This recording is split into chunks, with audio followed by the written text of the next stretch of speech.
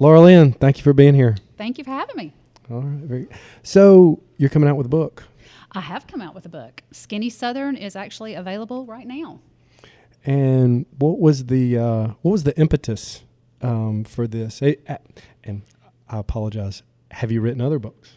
Actually, I have. I did one cookbook several years ago before I converted to clean eating that was, more along the lines of classic Southern dishes, heavy butter, all the things that we associate with Southern cuisine. And then I actually wrote a children's book for my sons years ago based on the years of watching them play baseball. It was more or less something that I really just wanted to do to hold on to those memories. But writing is something I'm very passionate about. So, okay.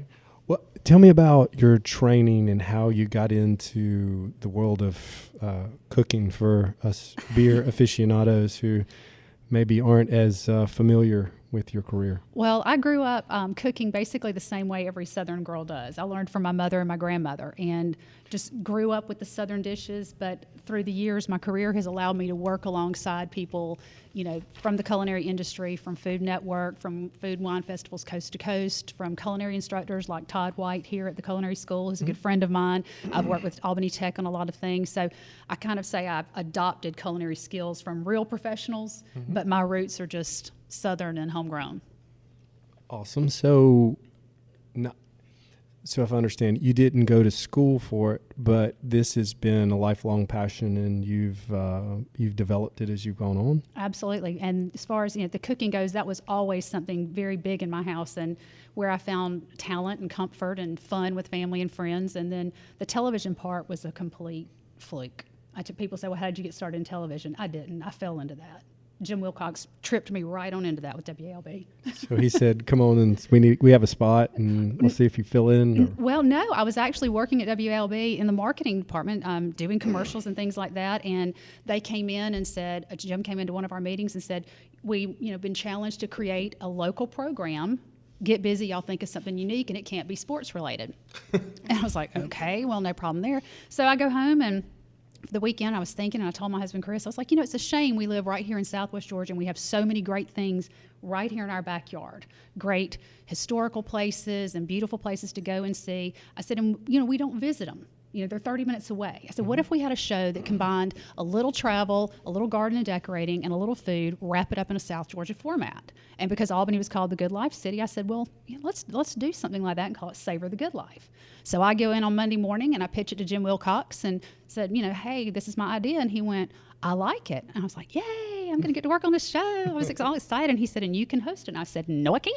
I've never been on TV before in my life. And he said, well, if you suck, I will pull you. I was like, thanks, Jim. Appreciate that. So a month later, I was filming Savor the Good Life. And no one wanted to do the cooking segments. They were petrified of cooking on camera. So I got stuck and did it for 3 years, fell in love with it, and it rolled from there. GPB and Food Network and just going on and on. But I always tell people when they say, how did you do your television career? I didn't. I crash landed. It was just... That trial period turned into a snowball. Yeah, exactly. And then it rolled down a hill. And then Isn't that crazy how things like that happen? Yeah. That's pretty much how we got into the beer business. I looked at Dad, and we had a farm, and he said, well, what are we going to do up here? Because farming is very difficult. It is still much more difficult than the beer business. And Omaha Brewing had opened, and we looked at that and said, well, maybe we can take what we're doing and we can grow some of the product and try to sell the beer and use it as added value. And that snowballed into what we have today. The brewery's much bigger than the farm now, but they're both complementary, of course. So now you're famous. No. No. You're the most famous guest we've had. Let's put it that way. That's absolutely true. I'll take that, but I don't think famous is quite the word for it. Oh goodness. Our viewers will probably increase from the 150 like 10 to thousands. Yeah. Party on, Garth. Yeah. Party on, Wayne. The Skinny Southern and the writing this new book, this was a transition for you, and we were talking about a little bit just then, and I had a similar experience. Mine didn't come from childbirth, but I changed what I was doing about a year ago, and it affected me personally, and it affected my career in that I've become interested in different things. I think it even rejuvenated my interest in medicine to a certain degree, because it is so impactful, and I think it's so understated. So, if you don't mind, will you tell us a little bit about how the Southern Cookbook became the Skinny Southern Cookbook? Well, I will say when the publisher told me that they had come up with the idea of Skinny Southern, my first thought was backlash, but the point was not to be skinny, saying that you have to be skinny to be healthy, but it was the oxymoron of people automatically think of Southern cuisine as butter, deep fried, that there's no way in the world that Southern cuisine. It's funny because when I did convert and decide to do this for my health, and I didn't even know that I had a gluten issue, that I was gluten sensitive, much less that our 5-year-old was. But when I made this choice and I started seeing the results, I was like, okay, I'm at a point now where if I'm going to live the rest of my life this way, I can't be living my life at home this way, but be on television representing something that wasn't true to who I was, and writing cookbooks that were not going to be in line with how I lived my life. And then at the same time, I thought, okay, but if I do this, I also can't be bored with cooking. And people automatically think, when you go to the word healthy, which is the last thing I want people to think of, I want them to think the food's just good. Forget about the fact that it's healthy. But when they go to that mindset, grilled chicken salad is just floating. It's like, the visions of sugar plums. When you say healthy, people have visions of chicken salad, grilled chicken salad floating through their heads. And with me being not classic, but a chef, and loving to cook and having that passion, I thought, if I'm going to do this, I'm going to have to dive in 100% and push those skills. And just like you were saying, it renewed a passion and spark in you. That's what I found for me, was it didn't take away from my love of cooking, and it just gave me a whole new direction at 47 years old. Oh, I was 46, almost 47, to go in. And it was like, wow, it's like being given a whole new box of groceries to choose from and work with. And I think that's where, for me, I committed originally just to do one new recipe a day for the first 90 days. Well, that's turned into over 400 new recipes. The cookbook's out, and I'm already working on the second cookbook. Okay. I've already committed to the second one. And it just I never get tired of it. Never. And so for me, I had arthritis, and I had turned 44, I think. And of course, being a physician, I was doing the exact opposite of what you should do, because physicians, they work all day. It doesn't matter what you're doing. You're tired at the end of the day. You blame everything on the pharmaceutical stress. reps for bringing all that food. That's exactly right.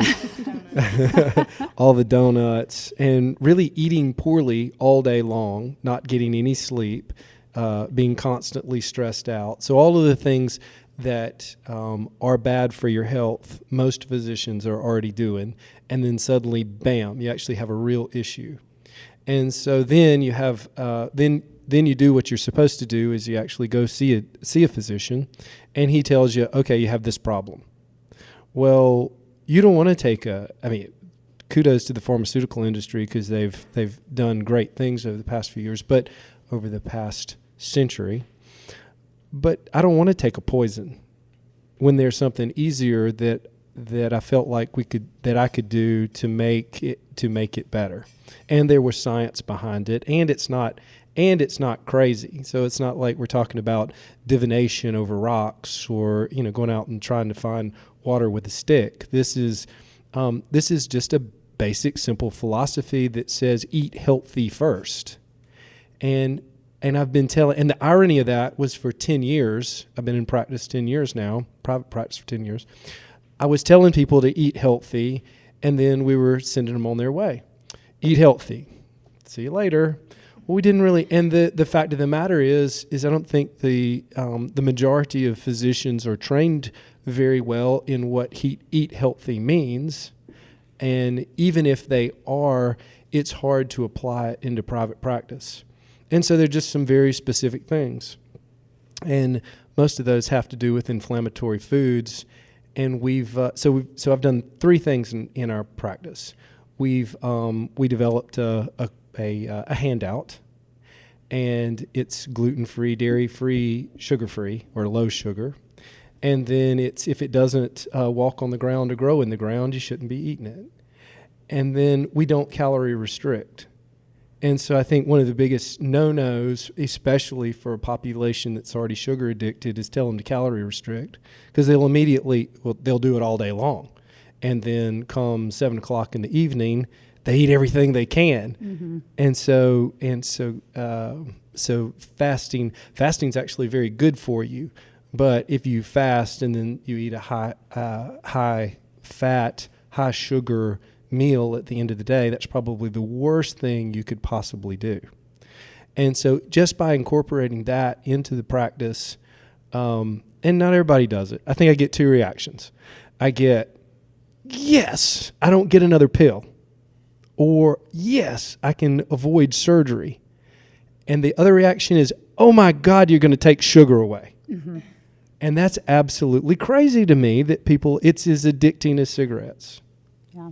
I think, with what I've done, because I gave up, of course, gluten and refined sugars, I'll use, coconut sugar, honey, maple syrup, and a new favorite of mine that I have discovered is date syrup, which actually has less calories than honey. I get it out of California, an organic date syrup. We're getting tips. Yes, and that's what I use because it doesn't cause the the blood sugar spike. And one of the things that I found out when I converted and gave up gluten was the people sending me messages. Oh, but have you seen these gluten-free this and gluten-free that and gluten-free?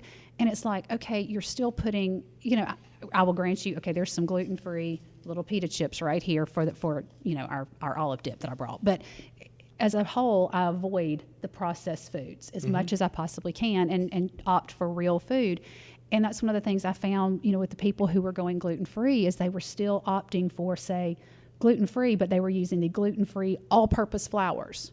Okay, you cut out the gluten, but you still got the carb spike. You still have no added nutritional value. You still got the high calories. I don't do that. I use almond flour, coconut flour, the others that don't cause that.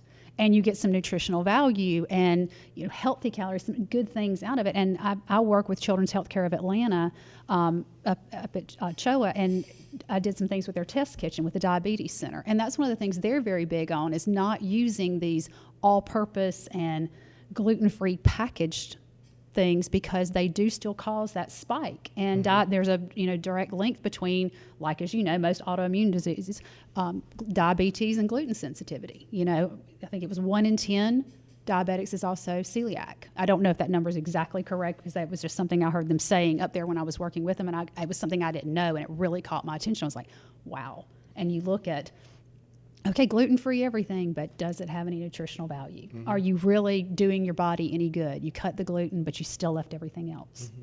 And that's another thing that we talk about in the office every day is you're getting tons of calories, but you're not getting much nutrition. Mm-hmm. And that's one of the things that's been left out of the discussion of nutrition just all across the board is not all calories are created the same. Green leafy vegetables have to be a part of every meal. And in fact, the fight against cholesterol has gotten to the point that people aren't eating meat as much as they used to. So their protein and they're actually not getting enough cholesterol, I don't think, and that's part of the hormone imbalance that we're seeing. Part of that is toxicity due to like BPGs and plastics and in hormonal inhibitors that are in our diet. But part of it is due to everybody's so scared that they're going to eat cholesterol that they're not eating as much meat, and so they're nutritionally deficient in that arena also.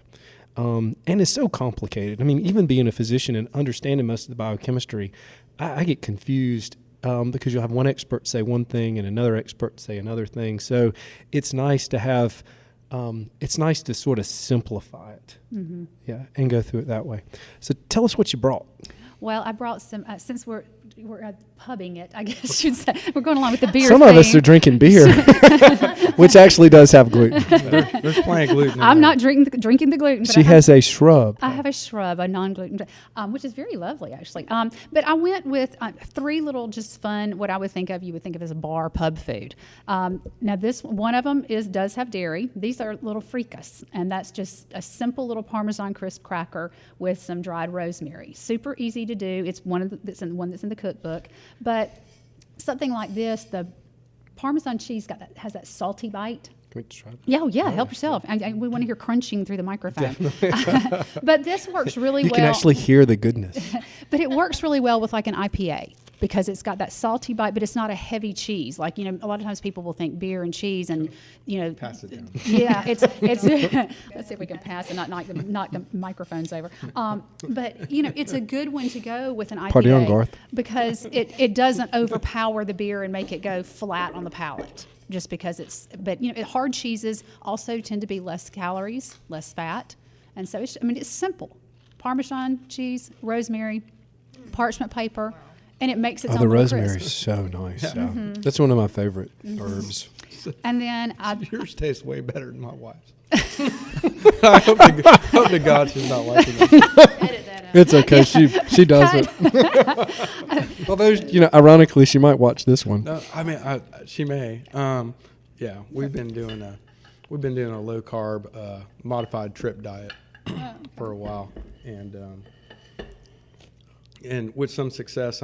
I'm still not sold on cauliflower as a substitute for things that I enjoy.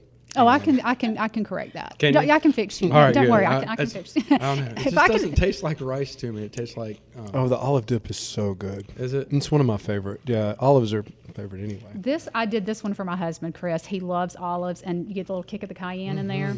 And so I did this one for him because he absolutely loves it. But it's a double whammy because it's an olive and pecan dip.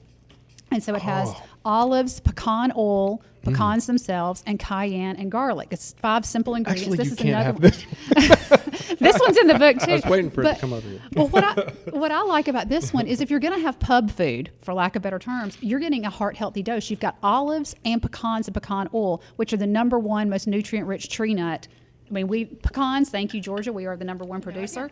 They have bypassed walnuts and all the others that people thought, which are still healthy. I'm not knocking the others, but pecans are the number 1 most nutrient rich. And so you get a double whammy there. It's like a Mediterranean diet meets Southwest Georgia. There you go. You can use that in your next book. I was going to say, can I borrow that from you? And you said something to begin with. You said you learned cooking from your mom and your grandmother, I think. Don't want to quote you out of whatever. And so, but that's one of the things that I tell our patients is eat like your grandmother taught you to. Eat your green vegetables. Your plate should be about 3/4 green and about 1/4 meat. And so it's interesting that's the way South used to eat. And you don't remember, and even if you look at pictures, I mean, you didn't have a lot of, they ate a local grown, locally produced diet, and they had plenty of it. I mean, it was the Southern, we were, agriculture, so we had plenty of food, but they're not obese. I mean, the obesity epidemic started, probably late 50s, early 60s, and has proceeded to now. So, I mean, I thought it was interesting because that's something that we tell patients every day. Right. Eat like your grandma taught you to. Exactly. But our mind tends to go towards the fat ends of things when you think of things. But when you think about what, originally was whatever was in the field, that was what was on the table. And you didn't have all the preservatives. You didn't have the fast foods. You didn't have all of that. And so you could still have a slice of pound cake or a little pat of butter and things like that because it was such a small amount, It wasn't every meal. Exactly. And food availability is another thing today. We're blessed that we don't have starvation in the United States. We're cursed because food is so available. I mean, that's part of the physiologic problem that we have is the overabundance of calories. And the cheaper the calorie, the worse it is for you. Yep. Right. We were talking about that before. Yeah. It's so easy to and it's cheap basically to go get fast food and incorporated into. I wasn't going to use any names. Yeah. But I think it's okay. McDonald's knows their Happy Meal's cheap. Yeah, it is. It's laden with a lot of calories too. Yeah. Well, 2017 was the first year on record that Americans spent more money eating out than they did on groceries. Yeah, that's amazing to me. Yeah, a friend of mine that is in the food industry was telling me about that because he had read the report, and he called me. He said, Lara Lyn, you're not going to believe this. And because I was working on the cookbook and everything, and he said, this is where we are. And that's one of the things that I wanted to do with that book, because people are busy. You know, you have kids and you're going in 5,000 different directions. You've got soccer, football, cheerleading, gymnastics, whatever it is. By the time you get home, you either a lot of times pull through somewhere, or by the time you get home, you're too tired to go through the process of, it's one thing to have to cook, but then if you're having to think, okay, I've got to cook and it's got to be healthy. And that's what I wanted that book to be, was easy for people to pick up and go, oh, I can make this. This is easy. It's not 5,000 ingredients. You know, there are some things in there that are a little more complicated and in depth, but nothing that someone's going to have to go to culinary school. And so many people nowadays don't know how to cook. They didn't grow up. I was fortunate that my mother put me in the kitchen and I learned, but my roommate in college couldn't boil water. And I love her. She's a great cook now. Sorry, Amy, love you. But it's the truth. I mean, we moved in together in college, and I was like, okay, she literally cannot boil water. Yeah. And I've taught my sons to cook. Bo and Christopher both know how to cook. Dylan is learning how to cook because you they're can't. They're going to get good wives. So. I think so too. Yeah. But you can't rely. It can't be anymore where it's the wife's responsibility. It can't be. It's because either A, she may not know, or she's working just as hard as the husband is. So it's got to be as easy as it can be. So I'm sorry. No, go ahead. So it really became, for me, the other part of the lifestyle change was exactly what you said, cooking my food. I don't have enough time to do it every day, or at least I don't take the time to do it every day. So it started out, and it actually has continued, that on Sunday or Saturday, I'll cook enough for, and I know everybody can't do this, but I'll cook enough for Monday, Tuesday, Wednesday, Thursday. And I guess I fast on Fridays, or generally I'm here doing a podcast, so Friday must be my cheat day. So we tried to book a guest that brings food. Well, you still have one more you haven't tried. Preferably gluten-free. Yeah. And you still have one more here you haven't tried. These are my little Mexican pinwheels. Oh, nice. Now this is a gluten-free tortilla wrap, and this is dairy-free as well. You can take two. I make all of my own seasonings, salad dressings, and everything. I don't buy anything. You knew it was coming this way. I don't buy anything pre-made because of the sodium content. If you look at a pack of taco seasoning mix, it will scare you to death. Oh wow, that's so good. But that is my homemade buffalo seasoning mix there, and Kite Hill cream cheese, which is plant-based cream cheese. It's almond-based, and the Kite Hill yogurt. Some diced chilies and diced tomatoes, fresh cilantro, fresh scallions. There's no dairy, there's no meat, but you've got the great flavor from the buffalo seasoning, and it's just fun little food, and it's easy. You can make those up and take them for a light lunch. You could add some shredded chicken or something to it if you really wanted to make it heavier. So what's your wrap? What's in your wrap? Because that's really good, and it tastes like it has a lot of gluten in it. Yeah. So it's just it doesn't.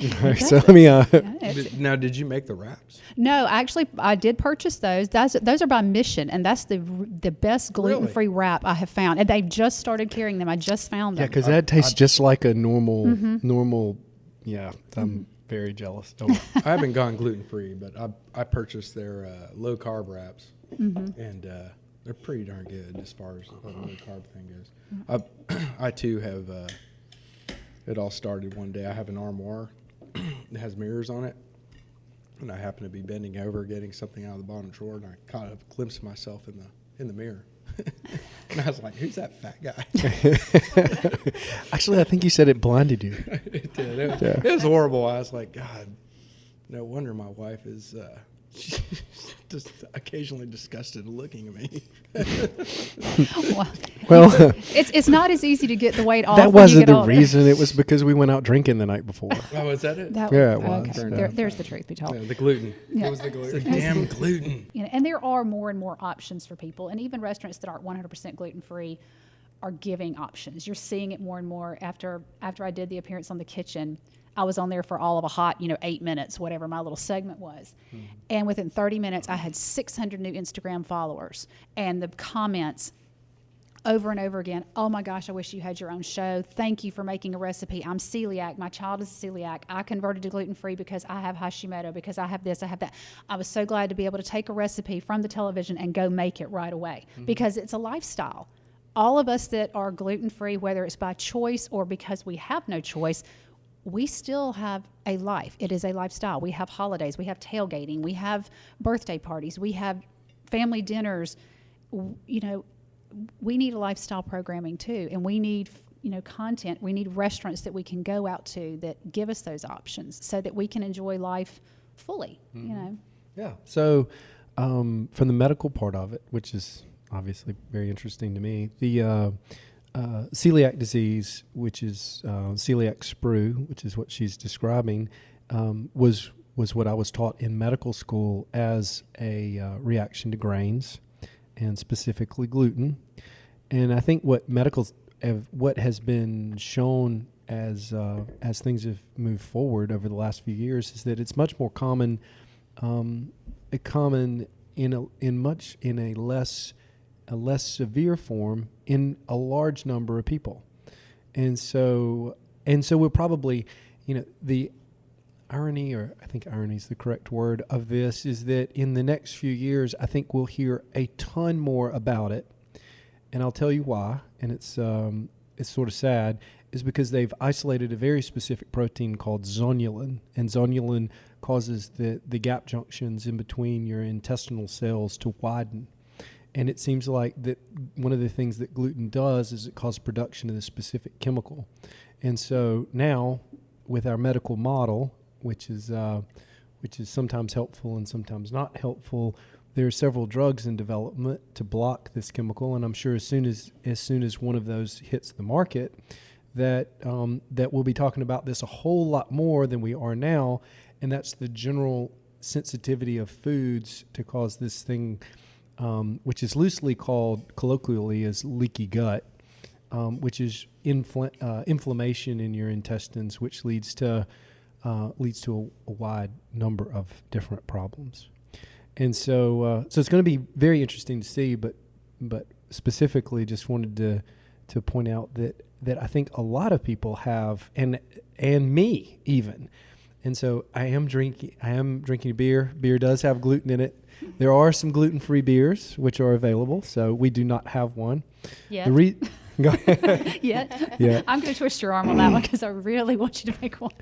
Well, it's very difficult. Gluten itself is the wrapper of the wheat or the grain, and so the whole itself is it's the structural part of the grain, and the structural part of the grain is actually used in the brewing process as a filter.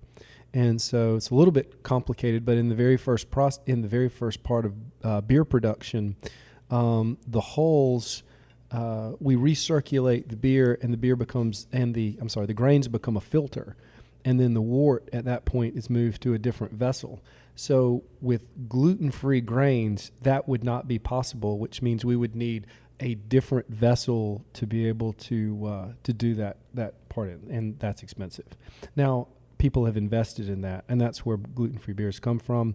And also there's a couple of chemicals that dissolve the gluten, and just coming pops in my head that I don't know that I want chemicals to dissolve gluten, and I don't know about the chemical residue that's going to be left in the beer. And then is that a different problem than the gluten that was there to begin with? And so when we come up with a scientific way, we try to fix a problem by adding a different chemical to do the problem that we had to begin with. Sometimes we create a different problem. And so anyway. So you are a sponsor for Polo in the Pines, and Sean O'Keefe, I've really enjoyed meeting him and going up and being on his show. So tell me how that developed.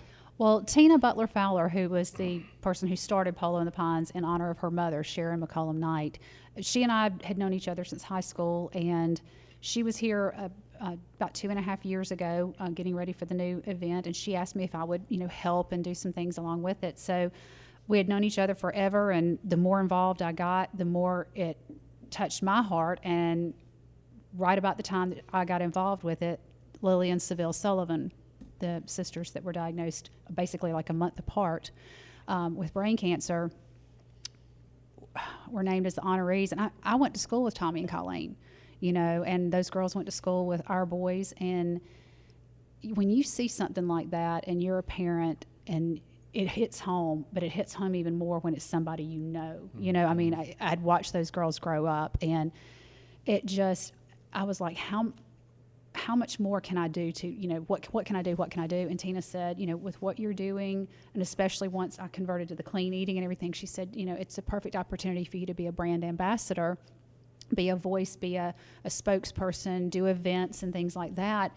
And so that's really how that came about, was just from our mutual relationship, and then being involved with it. It gave me the chance to go to CHOA and see and learn about the research that they are doing there, meet with these doctors.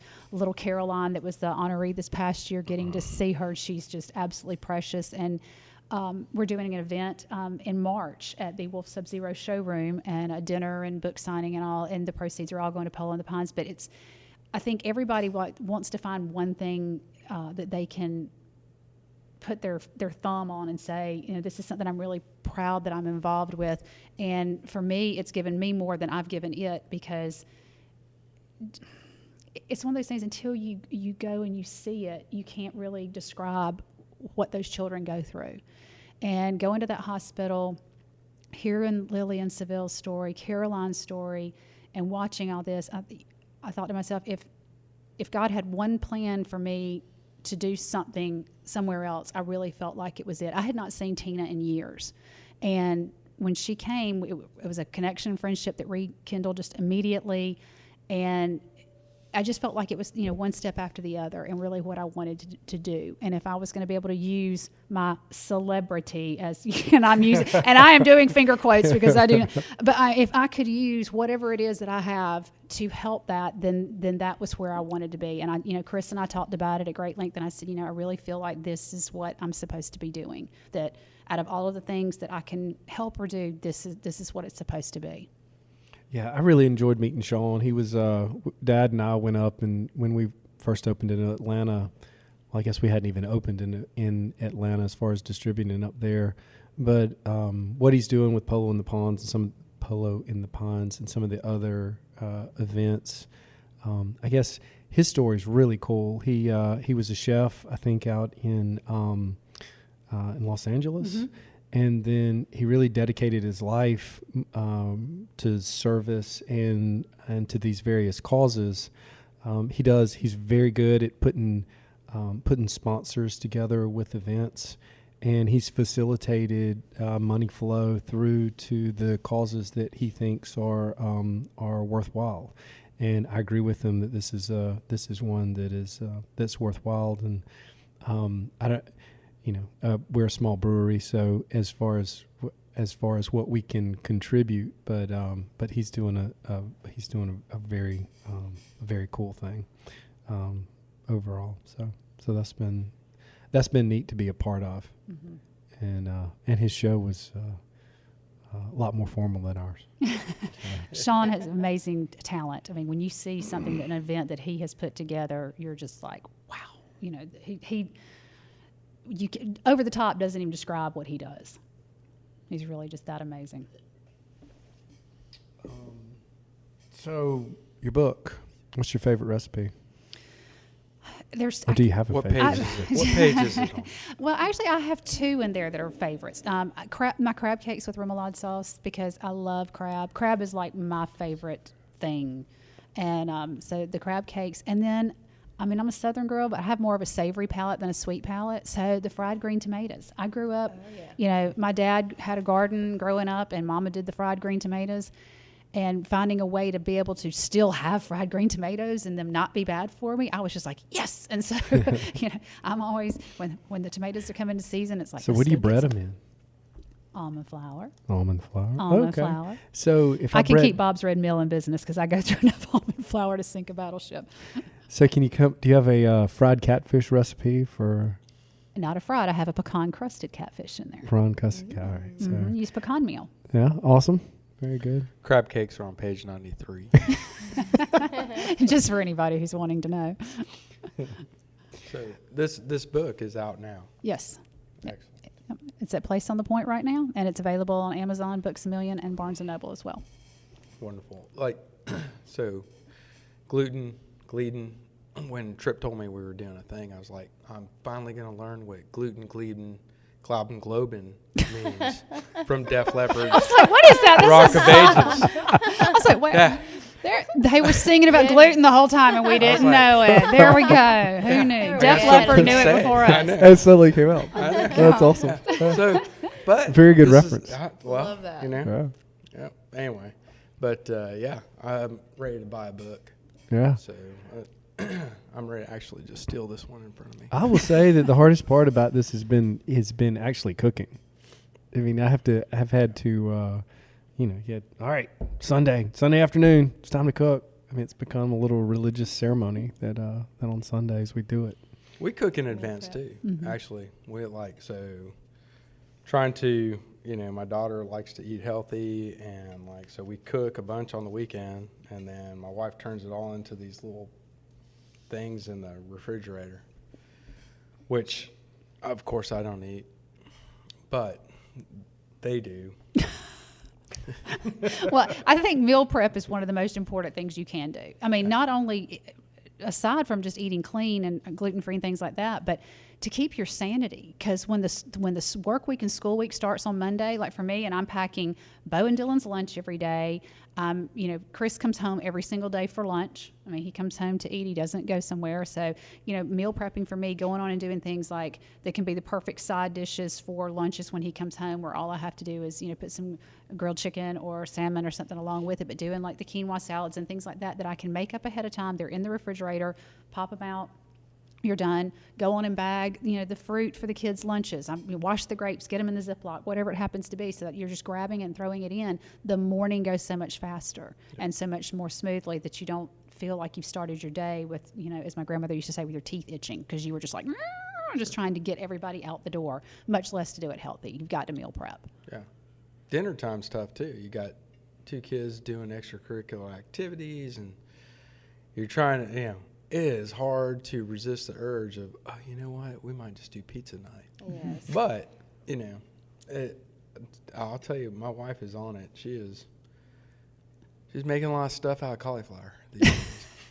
What's the secret to the cauliflower? You got to tell me what that is. Well, I think the secret to the cauliflower is, number one, fresh cauliflower, first of all. Yep. I mean, the frozen takes on, in most cases, a little bit of a different flavor. To me, fresh is the best. And I mean, my 22-year-old was a white potato junkie. And when I told him, when he first came home, and I was like, I made mashed cauliflower. We don't have mashed potatoes around here anymore. I mean, he looked at me like I had 3 heads, But you made them taste good. I did. But I think cauliflower is a blank slate. You have to start with fresh, and then you have to bring in the flavor. I do a cauliflower soup. I do mashed cauliflower. I do a Spanish cauliflower rice. That it's all about the flavors you bring into it, and then the freshness. The texture is different. When you buy the frozen, the texture is just mushy. So what are you doing with fettuccine, and how are you making pasta that's gluten-free? I do not use any of the gluten-free pastas. I use things like spaghetti squash, zucchini noodles, things like that. I got you. And that's what I do. And I don't miss it, to be honest with you. I really have not missed it. I do baked spaghetti, but of course the base is spaghetti squash. And I think once you taste it, and this has been true with my cooking classes. Todd Stone, who did all the photography for the cookbook, I converted him. I mean, he's not gluten free, but I made a believer out of him, and he was very scared. He was like, "Okay, this gluten free cookbook is going to be a real thrill to photograph." But I made a believer out of him, and then. Like Bo's friends. I mean, when they come over, or I'm making something for the football team, and they don't know it's gluten-free chocolate chip cookies. They just eat them all. They just eat them all. And I think that's the thing about this is finding those things. Once you taste them and you realize, okay, I don't miss that, and this is really good. Yeah, you move on. Well, that was one of the biggest pushbacks that I got was, as you're saying, if you're going to do it, everybody's pretty much got to be involved because that's what's getting cooked, and of course, me with my personality, I immediately went in the cupboard in all houses and threw all the sugary cereals and all the cookies and everything away. And all the kids looked at me and went, "Dad, no." So have you been as strict with it about your kids or not yes, so much? Yes. Try getting goldfish away from Dylan was, I guess, 3.5 at the time. You try taking goldfish away from a 3.5-year-old. That is a fight on your hands you do not want. And it was ugly. But no, at home now, Bo and Christopher are older, so there's this thing called dating and Chick-fil-A, and they're going to go. And I'll let them make that decision. But at home, yes, they eat gluten-free. We eat clean at home. I don't have refined sugar in the house. I don't have all-purpose flour. I don't have all the processed stuff. Dylan, you have to have things for lunch boxes. So Snyder's of Hanover, I love their gluten-free pretzels. That's what Dylan has. But we got rid of the goldfish. We got rid of all those things, and they're fine. They're happy. Dylan loves to bake. He'll be like, "Mama, let's make some blueberry muffins," and he'll come in the kitchen with me and crack the eggs and help me mix. And they're not missing anything. And I think that's the point. Is if you give them something else and it tastes good, they're okay. They'll go on. They'll go on. As long as they're not hungry and starving. I think that was the thing my kids were worried about. There just wouldn't be any food. It's all gone, Dad. It's like, and honestly, I don't know, weren't very good parents because we allowed a couple of them just to grow up on chicken fingers and French fries. So they thought that was the only thing that was available. Well, and I think so many things that we thought, and I was extremely guilty of this, that we think of that are presented to us in the grocery stores are presented to us to make us think that they are healthy. Like there is a breakfast bar that I will not name. It implies it's nutritious. There is nothing nutritious about it. And, it was just on a list of the 50 worst foods you could ever give your child. And I thought to myself, oh my gosh, I wonder how many Bo Carter ate of those over the years. When I, mistakenly thought they were good for him. Here, honey, have your breakfast. Go out the door. But I have a couple of them. You won an Emmy. I did. You're the only person I know that won an Emmy. Where do you keep it? Is it in your purse? No, it's not. Did they give you a little one to take? No, I would put that on the hood of my car. It's a little large to fit in your purse. When I came home with that, Dylan called it C-3PO because he thought that it looked like C-3, the gold stuff. He thought it looked like C-3PO from Star Wars. I like him. And he said, and he's got a big gold ball because it reaches up and has the ball. Yeah, I filmed a show with Georgia Public Broadcasting, and it was part of their summer lineup series. I actually produced it, hosted it, created all the content, and worked with an amazing team from GPB. And we were nominated for 5 Emmys, and including lighting, directing, photography, one other one which I've forgotten, sorry, and then television host. And I won for on-air talent as television host for it. Awesome. Yeah, that was a fun night, and it was so funny because Shelly Gay kept telling me, have you decided what because Shelly's my trainer, and she said, have you decided what you're going to say? I said, don't tell me that. I'm not. You're going to. I'm not planning a speech. I'm not. My chances of winning. I was up against a lot of people, and I'm still going. Are you saying you winged the whole speech? I did. Sweet. Wow. I got up there. It was because I was like, no. I'm not going to think. I'm not going to do that because then I'm going to jinx myself. I won't win, and and so I was like, no. And then, so I'm walking up. When they called my name, I remember the only 2 thoughts were, oh, gosh, I'll listen to Shelly. And, oh, my gosh, I hope I don't trip over this dress going up those stairs. That was 2 things. And I got up there, and it was like, blank. And then, but anyway, I said it. And when I got off stage, and, they get you back behind there before you go back out in the audience and everything, I was like, Does anybody know what I just said? Because I was so overwhelmed and I was so shocked because I really was not expecting it. I mean, how many people from Albany, Georgia that, filmed with a local TV station, did a little series with GPB, think you're going to walk up there and walk away with that? Yeah, and you just don't, you really don't think it's going to happen to you. That's why you got to put it on the hood of your car. and I mean, I had to literally, when I got back to the table, of course, Chris was sitting there, the director, all my team, everybody that had filmed with me, and they all had tears streaming. They were all excited. And I said, "Oh, why don't y'all please tell me what I said? Because I don't remember anything I said up there." I mean, not one clue. I had to watch it back, and I was like, "Did I even thank anybody? Or what did I do?" That was a fun night. But no, to answer your question, it is in my den on the bookcase. Is it? Yeah. Yes.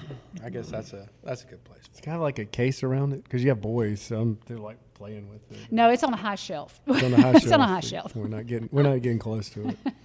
That's awesome. And Trip, I gotta pass these back down to you because these are so good. I've eaten the entire plate.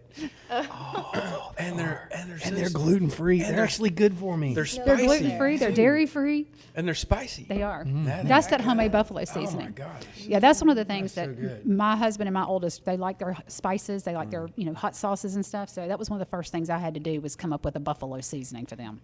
Yeah, those are spot on. What page are those on? They actually, are not in there. I came up with this after I finished that. I wish I had had time to get them in there, but typed it up. Well, website. so that's gonna. Yeah, okay. You can go to the fair website. enough.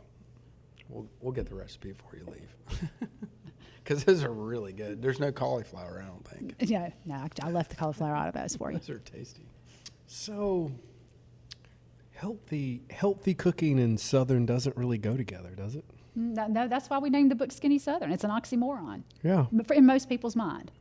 Yeah, and I think, and interestingly enough, it makes plenty of sense to me for what I'm doing to sort of understand it, because there's no end to the pushback that I get for talking about diets, and I wish we could sort of change the vernacular of what we're discussing. And so it's not a, and I think they have to in the region or in the business of food. They've changed how they talk about it. It's not really a diet; it's a lifestyle change, and you're doing these things. But when you're talking to people who aren't involved in it every day, and you're telling them what they're supposed to do, what they're not supposed to do, another diet. Mm-hmm. But the concept of being able to eat, or really trying to require people to eat more, because I think a big thing is people don't eat enough, so they don't know what to do, and so they actually just don't do anything, and then they're starving themselves, which fasting is not necessarily bad. So that's what I was, but if you're going to fast and then suddenly you're going to eat a high-fat, high-sugar meal, that's not good at all. And so your cookbook, Skinny Southern, is saying that you can eat Southern, but it doesn't necessarily mean that you're that the food is either bad for you or going to make you get fat, right? Correct, but also everything in moderation. I mean, because there are desserts in there. There's a recipe in there for Dylan's chocolate chip cookies that he loves to make. Those are I named them after him. Dylan's favorite chocolate chip cookies. You can look up the page. Don't remember the page, but it's in it. And but I mean, it's moderation. Yes, it's gluten free, refined sugar free, but you can't eat 3 dozen of them. You've got to be sensible. There's a certain amount of, use your brain that people have to be responsible for. And what you're saying about the diet, that's true. I wish people would get away from the mentality, because a diet implies an end date. And so if that end date comes and then you go back to what you were doing before, you're creating a vicious cycle. It's not a diet. It is a lifestyle. And if you live this way and you watch what you do and you do things in moderation, then it can be a healthy, happy lifestyle. You can maintain a healthy weight, but you've got to take, some responsibility. Just because there's a chocolate chip cookie, recipe in the cookbook doesn't mean make them eat the whole batch and then call me and go, "I'm not skinny." Or that's the only thing you're eating. Yeah. So like you said, everything in moderation. Page 144. It's Dylan with a Y. Surely. Also not gluten-free, sorry. Well, I'm enjoying mine, though. And it's funny, and once again, we tell patients that if you're not sick and you don't have celiac disease, then it's not that you can't ever have gluten again. The diet that I give people is came up with by Dr. Terry Walls, and she is at the University of Illinois. And like a lot of physicians, she came down with MS. And what she did, she had gone through all of the usual treatments for MS, and she was in a wheelchair and she couldn't walk anymore.